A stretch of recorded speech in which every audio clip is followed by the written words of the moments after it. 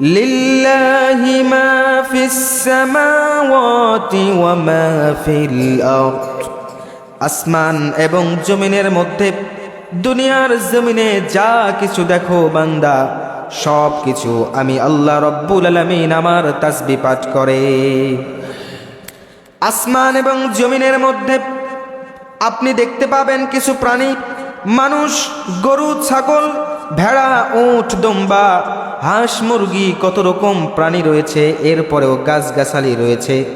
আমার ভাইরা, আল্লাহ রব্বুল আলামিন কোরআনুল কারীমের মধ্যে জানিয়ে দিলেন, মানুষ তো জবান আছে, তাসবিহ পাঠ করতে পারে, কিন্তু আল্লাহ রব্বুল আলামিন বললেন ছাগলটা ভ্যাঁ ভ্যাঁ করে চিৎকার করে আল্লাহ রব্বুল আলামিনের তাসবিহ পাঠ করে, চিল্লায় পড়েন সুবহানাল্লাহ। গরুটা হাম্বা হাম্বা করে আল্লাহর তাসবিহ পাঠ করে। বনের একটা বাঘ রয়েছে, এই বাঘটাও তার গড়গড় আওয়াজ করার মাধ্যমে আল্লাহ রব্বুল আলামিনের তাসবিহ তারা সব সময় পাঠ করে। জোরে বলেন সুবহানাল্লাহ। আপনি আরো অবাক হয়ে যাবেন, আপনি আরো অবাক হবেন। এই তাফসিরের মধ্যে এই আয়াতের ব্যাখ্যায় বলা হয়েছে যে দুনিয়ার জমিনে যেগুলো প্রাণ নাই এগুলো আল্লাহর তাসবিহ পাঠ করে। আল্লাহু আকবার।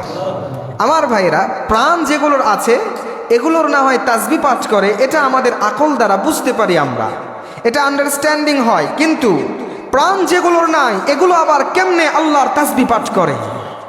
কিন্তু আল্লাহ তাআলা জি বলছেন, আসমান এবং জমিনে, এই দুনিয়ার জমিন এবং আসমানের মাঝে যা কিছু আছে সব কিছুই তাসবিহ পাঠ করে।